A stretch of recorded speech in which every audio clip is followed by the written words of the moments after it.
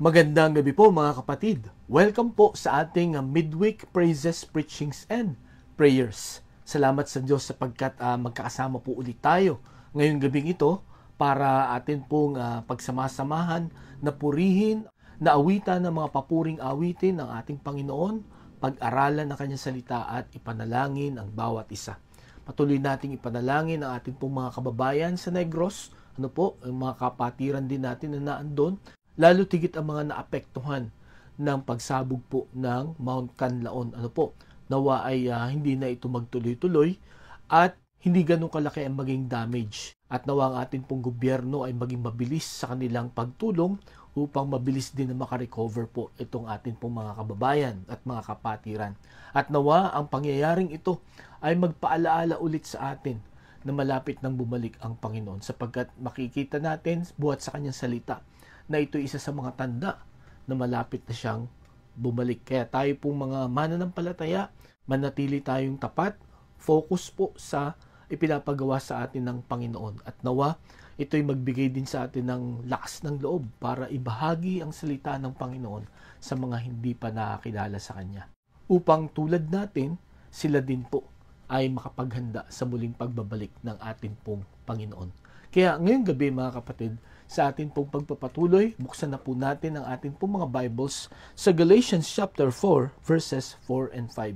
Galatians chapter 4 verses 4 and 5. Ang sabi po dito, "But when the time has fully come, God sent His Son, born of a woman, born under the law, to redeem those under law, that we might receive the full rights of sons." Pagpalain po ng Panginoon ang pagkabasa ng Kanyang salita, tayo po ay manalangin.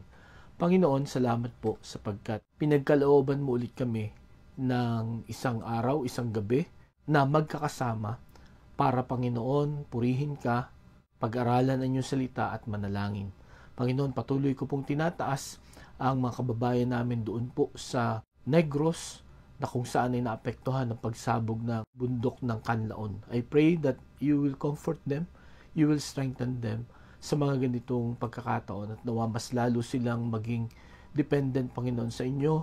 Ikaw mag-provide lahat ng needs nila at nawa, Panginoon, sa lalong madaling panahon sila po ay makarecover ulit. At nawa, Panginoon, ang mga pangyayaring ito ay patuloy na magpatibay ng aming pananampalataya at magpatuloy na sumunod sa inyo pong mga utos sapagkat ito'y tanda ng muli mong pagbabalik. Sa amin pong pag-aaral ngayong gabi, Panginoon, ihanda mong puso't isipan namin at tulungan mo kami, Panginoon, na maisagawa ito. Ito aming dalangin sa pangalan ni Jesus. Amen. 14 days na lang po at Pasko na, di po ba? Kumusta po ang ating preparations, ang ating paghahanda sa Paskong darating? Or naghahanda po ba tayo? Or ang event na ito ay katulad lamang nung sinabi nung isang TV anchor na sabi niya, lilipas din yan. Kumbaga ang point niya, wag nating masyadong seryosohin. Di po ba?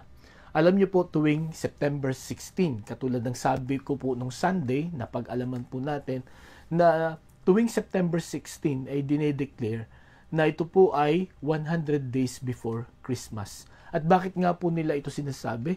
For us to be prepared. Sapagkat napakahalaga po sa ating mga Pilipino, at marahil sa ating mga tao, ang paghahanda sa isang maganda at mahalaga na pangyayari or event sa ating pong buhay. Sa ating pong mga Pilipino ay napakahalaga ng Pasko. Kaya nga po yung mga nasa abroad, gustong-gusto nilang umuwi dito po sa Pilipinas, sapagkat kakaiba ang celebration dito po sa ating bansa. Yun nga, napakahaba. Kung bibilangin po talaga natin, sapagkat simula ng bare months ay simula na rin ang Christmas season, so September 1, nagpi-prepare po tayo, for 116 days, At gaya ng nalaman nga natin nung Sunday, ito po ay ganito kahaba para maiwasan natin yung mga rush hours, panic buyings, mahabang pila. Kumbaga yung 116 days or 100 days ay enough time, supposedly, para tayo po ay makapaghanda.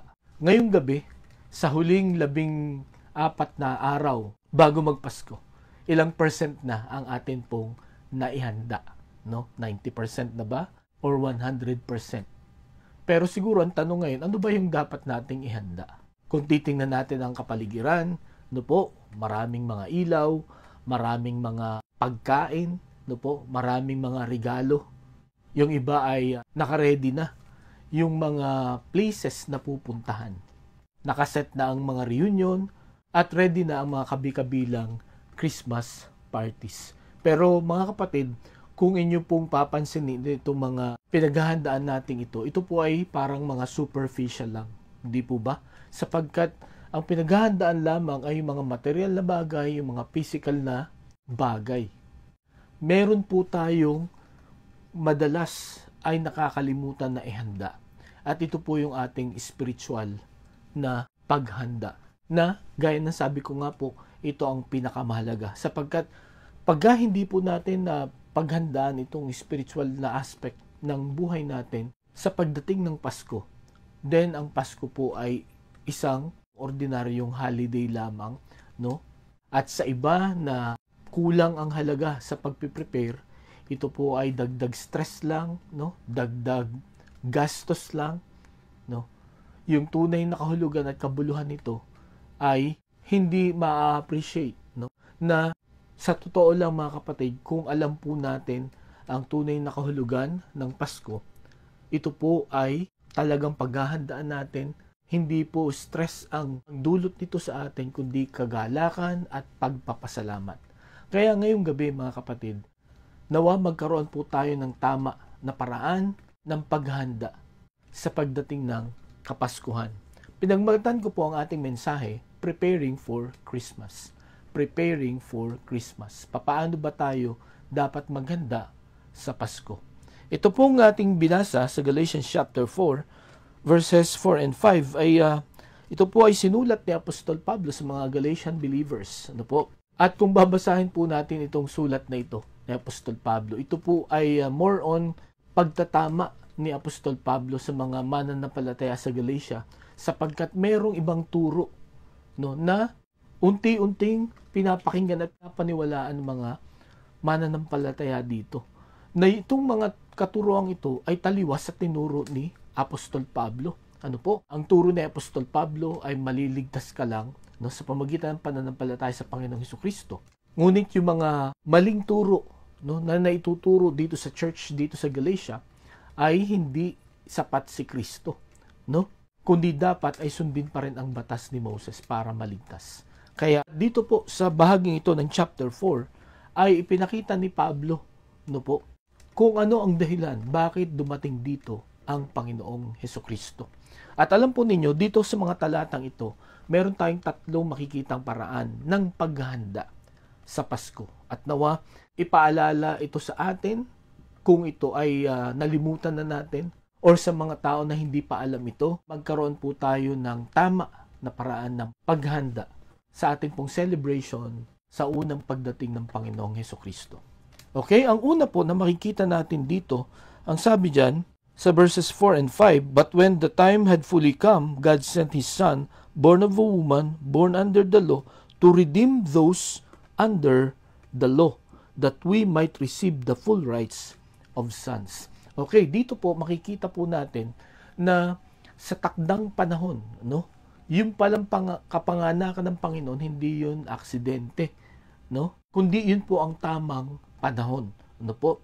Minsan naiisip ko, sana ngayong panahon na ito pinanganak ang Panginoong Hesukristo. Yung sikat ang social media, talagang siguro kalat agad, no? At mas marami makakilala sa Panginoon. Pero hindi ngayon yung tamang panahon, kundi nung panahon na pinanak ang Panginoon nung 4 BC approximately. Pero makita natin dito yung dahilan bakit siya pinanganak. Sabi diyan, to redeem those who are under the law, that we might receive the full rights of sons. Okay? Mga kapatid, nung sumuway si Adan at si Eva, no, sa utos ng Panginoon, no, na sabi ng Panginoon, huwag mong kainin yung bunga na nakakaalam ng mali at tama, no? Pero kinain nila, sinuway nila, nahiwalay ang Diyos at ang tao, naputol ang relationship.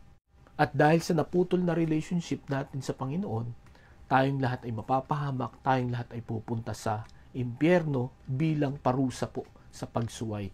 At nakakalungkot na hanggang sa oras na ito ay tayo pa rin ay sumusuway sa ating Panginoon. Pero gaya ng ating alam, hindi po doon natapos ang istorya ng mga tao. Ang Panginoon ay nangako, no, sa Genesis chapter 3 verse 15 pa lang, no, ay may ipapanganak, no, na tagapagligtas. Okay? At ito nga, no, ang nangyari after 4,000 years, no, ay natupad yung pangako ng kaligtasan na yon, no, pinanganak ang Panginoong Hesukristo. So ano yung unang paraan para tayo makapaghanda? Lalo na ngayon na sineselebrate natin, no, kumbaga inaalala na lang natin, no po, yung unang pagdating ng Panginoon. Ang una na paraan para maging handa tayo is to have a relationship with the Lord, no? Relationship with the Lord. Kasi ang sabi niya dito, kaya siya dumating, sabi sa verse 5, to redeem those who are under the law, that we might receive the full rights of sons. In short, para po tayo ay maging anak ng Diyos. Ano po? Ang sabi po sa John chapter 1 verse 12, yet to all who receive Him, to those who believe in His name, He gave the right to become children of God. Okay? So dito po, lahat daw ng tumanggap, lahat ng sumampalataya sa Panginoong Hesukristo ay magkakaroon ng karapatan na maging anak ng Diyos.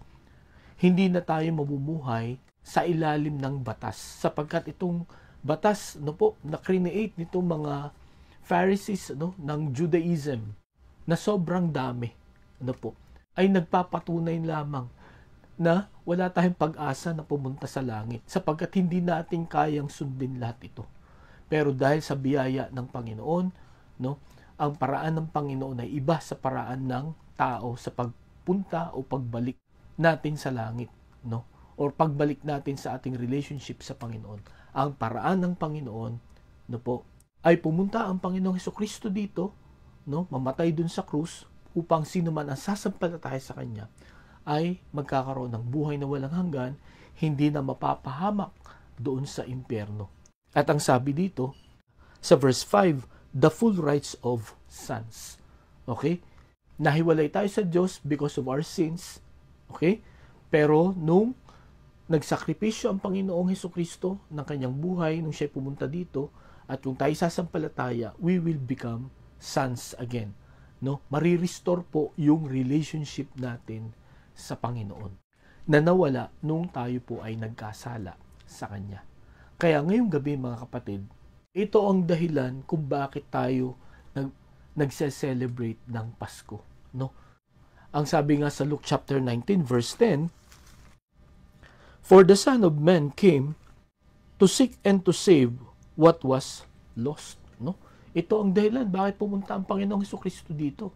No? To seek and to save what was lost. Okay? Para hanapin at iligtas ang mga nawawala.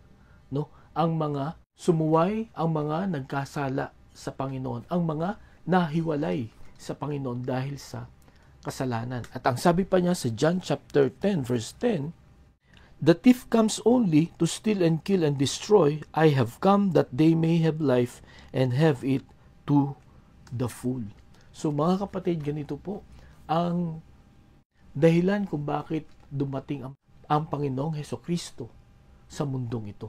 Na ito po ang dapat ibalik natin sa ating isipan at sa ating pong mga puso. Na kung hindi po natin ito alam, mga kapatid, no, tayo po ay madadala ng agos ng paraan ng pagse-celebrate ng mundong ito. At yun nga po ay puro materialismo. No? At ang Panginoong Hesukristo ay mawawala na sa picture. Siguro alam natin na ang prominent figure ngayon, no po, pagka Pasko ay si Santa Claus, no? Kung kaya't sa ating celebration, nalilimutan natin yung celebrant. Di po ba? Naka-experience na po ba kayo na pumunta kayo sa isang birthday party? Nawala yung my birthday? Ano po? Na-realize ko nga po na kung ikaw ay pupunta sa isang birthday party na hindi mo kilala, no, or wala kang relationship dun sa may birthday, ang pinunta mo lang dun sigurado ay pagkain kasi wala ka namang relationship eh. Di po ba? At ganun din ang paraan ng pagse-celebrate ng mga tao ngayon, puro mga material na bagay yun ang nagpapasaya sa kanila, no? At yun din ang nagpapalungkot sa kanila kung wala silang regalo, kung wala silang bago na nabili, no? Kung walang bonus, kung hindi makapag-travel, no? Sapagkat yun nga, inilayo ng mundong ito ang tunay na dahilan kung bakit may Pasko. Mga kapatid, if we want to be prepared, no, sa darating na Pasko or every Christmas sa buhay po natin, kailangan po nating magkaroon ng relationship sa Panginoon. Ano po? We need to have a relationship with the Lord. Paano ba natin malalaman na tayo po ay may relasyon sa Panginoon? Again, tayo po ay makasalanan dahil lagi nating sinusuway ang Panginoon. Aminin po natin yan at ihingi natin yan ng tawad sa Panginoon. And then sabihin po natin, tinatanggap natin si Jesus bilang sarili nating tagapagligtas. Isinusuko natin ang ating buhay sa Kanya, na siya na ang manguna, siya na ang gumabay sa atin. Alam niyo po, kung gagawin natin yun, no, yung aminin natin na tayo makasalanan, pagsisihan natin ito, at sampalatayanan natin si Jesus bilang Panginoon at tagapagligtas ng buhay natin.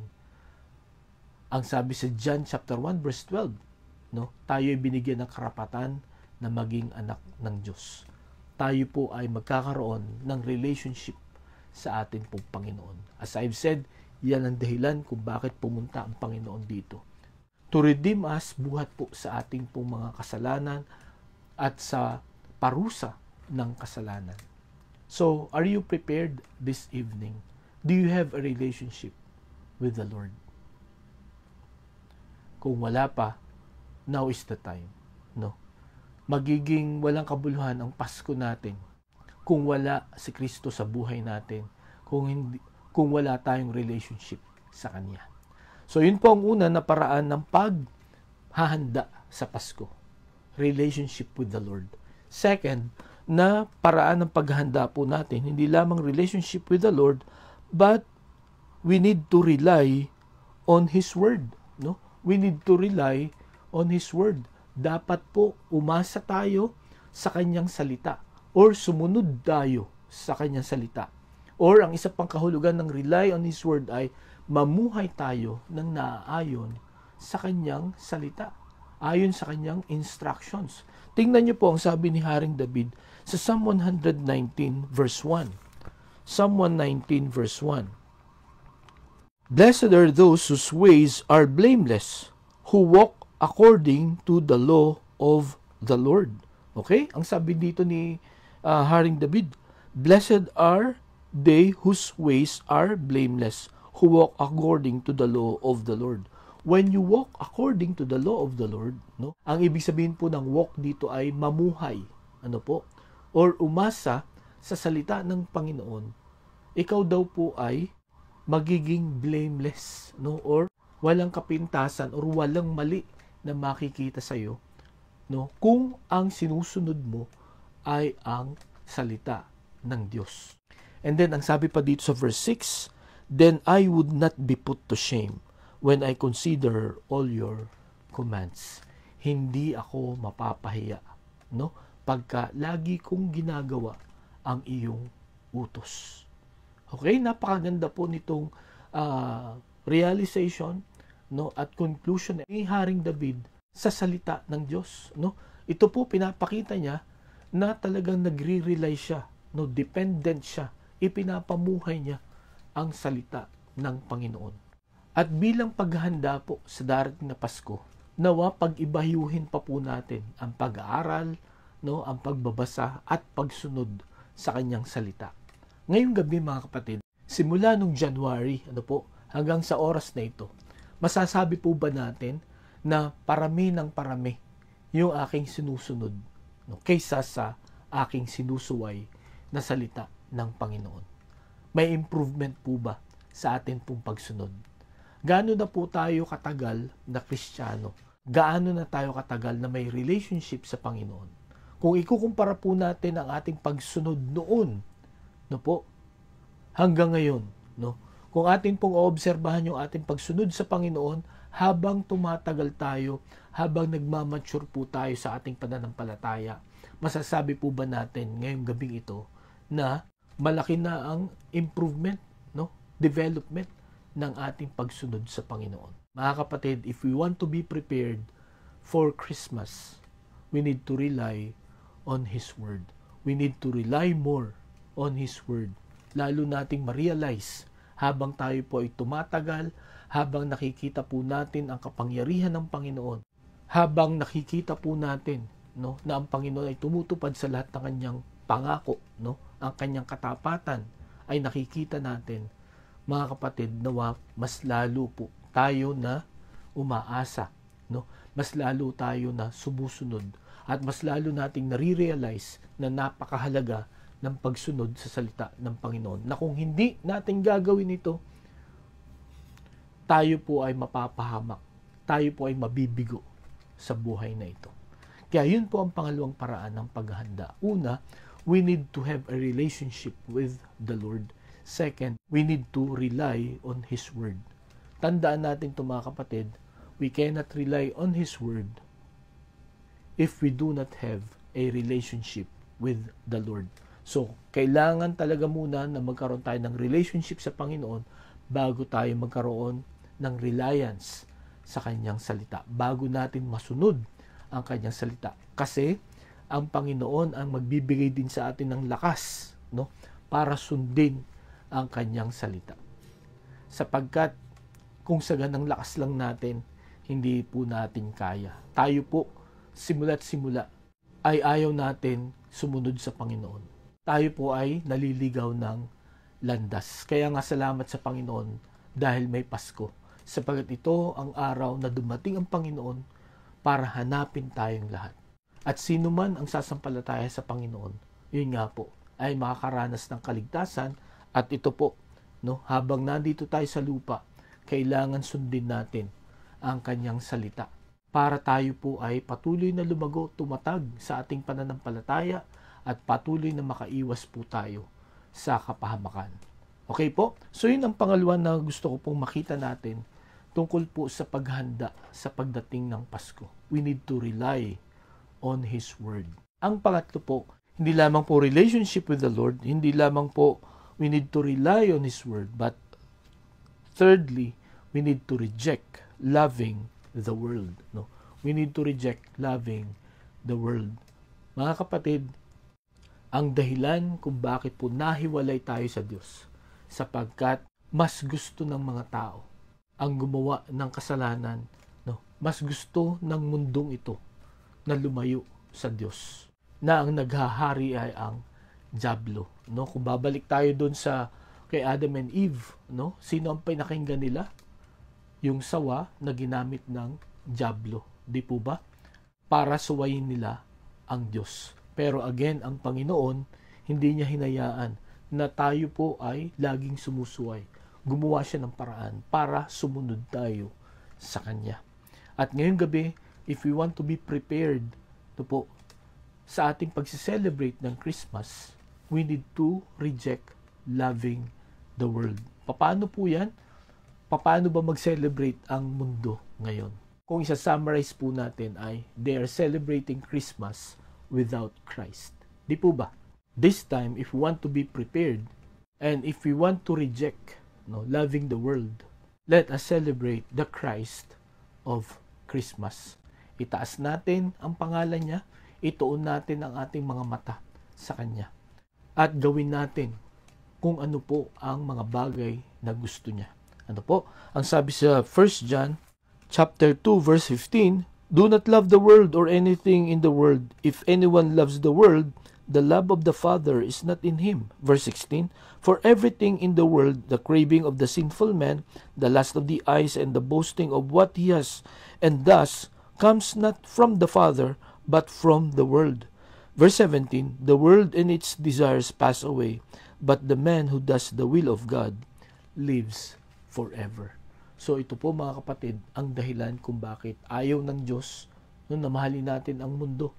Kung bakit dapat iwasan natin, iwaksin natin na mahalin ang mga paraan ng mundong ito. Yung lust of the flesh, lust of the eyes, and the pride of life. Okay? Bakit? Sapagkat ang mundong ito ay mawawala, matatapos. This world and its desires are temporary. Pero ang isang tao na gumagawa ng kalooban ng Diyos, he will remain forever. He will live forever. Kaya ngayong gabi, mga kapatid, nawa matandaan natin ang pangatlong paraan para makapaghanda tayo sa Pasko. We need to reject loving the world. Huwag po natin gawin yung paraan ng mundong ito ng pagsiselebrate ng Christmas. Of course, mga kapatid, maganda na tayo po ay mag-prepare ng mga gifts, maglinis ng ating mga bahay, maghanda, magkaroon ng kasiyahan. Pero nawa ang object, or ang dahilan kung bakit natin ito ginagawa ay bilang pasasalamat sapagkat dumating ang Panginoong Hesukristo. Hindi sa kung ano paman at sino paman na dahilan, kundi ang natatanging dahilan ay dahil sa dumating ang Panginoon sa lupa 2,000 years ago para iligtas kayo at ako sa ating pong mga kasalanan, para bigyan tayo ng buhay na walang hanggan. Mga kapatid, kung ito pong mga paraan na ito ang lagi nating gagawin, taon-taon, hindi lamang po tayo magiging handa parati, na alalahanin at i-celebrate ang unang pagdating ng Panginoon, but we will also be prepared, sa muli na pagbabalik ng ating pong Panginoon. Again, may tatlong paraan for us to be prepared for Christmas. We need to have a relationship with the Lord. Secondly, we need to rely on His Word. And thirdly, we need to reject loving the world. Again, 14 days na lang po, malapit na ang Pasko. Handa ka na ba? Anong preparation ang ginagawa mo? Kung gusto natin maging maayos, maging makabuluhan at makahulugan ang Pasko natin, gawin po natin ang tatlong paraan na ito ng paghahanda. Tayo po'y manalangin. Panginoon, salamat po sa paalala mo sa amin. Salamat po sa inyong salita. Salamat po sapagkat patuloy na hinihila mo kami sa tamang paraan ng pag-celebrate ng Pasko. Sapagkat kung hahayaan lang namin ang amin pong mga sarili at gagayahin namin ang paraan ng mundong ito, mapapalayo at mawawalan ng halaga. Hindi na namin papahalagahan ang pagdating ng Panginoong Hesukristo dito. Ibang tao na ang aming maiitaas. Lord, salamat sa inyong salita. Tulungan mo kami na laging konsultahin at laging sundin ang inyong pong salita sapagkat ayon nga po sa awit ni Haring David, kami hindi magkakamali at hindi rin kami mapapahiya pagka sinunod namin ang inyong pong salita. Kaya Lord, nawa ito ang maging preparation namin pagdating ng Pasko. Salamat po. Ito aming dalangin sa pangalan ni Jesus. Amen. Maraming salamat po sa inyong pakikinig. Pagpalain po tayo ng Panginoon. Patuloy po tayo mag-ingat. Merry Christmas at magandang gabi po sa bawat isa.